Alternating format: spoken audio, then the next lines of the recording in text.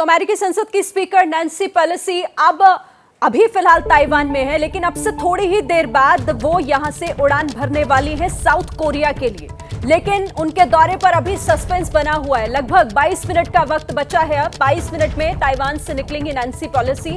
और इसी बीच आपको ये अपडेट भी हम दे रहे हैं कि किस तरीके से अभी एक सवाल उनके यहां से उड़ान भर पाने को लेकर खड़ा हो रहा है। सस्पेंस बना है नैन्सी पेलोसी के साउथ कोरिया दौरे पर। 22 मिनट का वक्त, क्योंकि भारतीय समय के मुताबिक दोपहर 2:30 बजे और अब 21 मिनट का वक्त बचा है।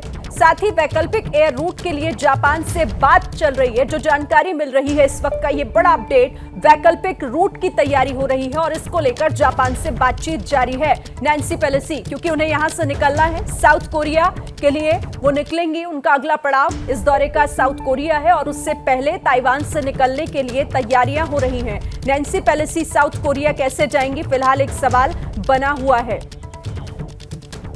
और तस्वीरें जो हम आपको दिखा रहे हैं, इसी विमान से, यहीं से वो उड़ेंगी। इसी एयरपोर्ट से उन्हें यहां से निकलना है, यहीं से उड़ान भरनी है। वो तस्वीर भी आपने देखी जिस विमान में सवार होकर यहां से उड़ेंगी। लेकिन कैसे, इसको लेकर अभी सस्पेंस की स्थिति क्यों बनी हुई है? वो इसीलिए क्योंकि चीन ने अपने एयर स्पेस में तमाम इंटरनेशनल फ्लाइट्स को आने के लिए मनाही की है। और इसी बीच अब बताया ये जा रहा है कि जापान से अब जो वैकल्पिक रूट है उस पर बातचीत हो रही है। यानी कि नैन्सी पेलोसी को यहां से जाना तो है ही, लेकिन कौन सा वो सुरक्षित रास्ता हो सकता है उस पर विचार किया जा रहा है। सीधे रुक कर लेते हैं ज्यादा जानकारी के लिए प्रणय।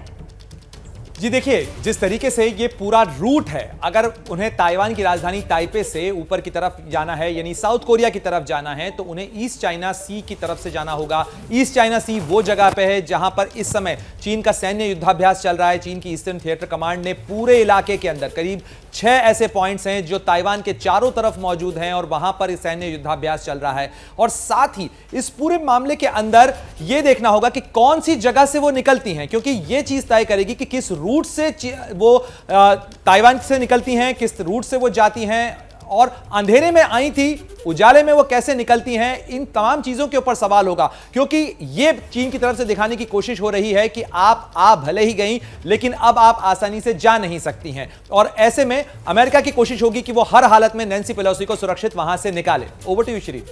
बिल्कुल, और यही कोशिशों को अंतिम रूप देने की कोशिश लगातार की जा रही है, क्योंकि जापान से बात हो रही है वैकल्पिक रूट को लेकर।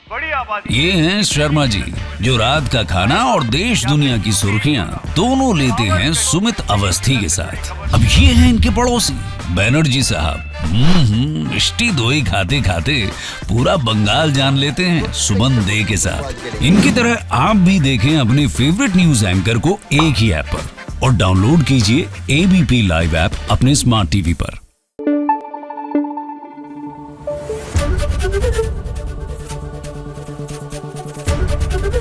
एबीपी न्यूज आपको रखे आगे।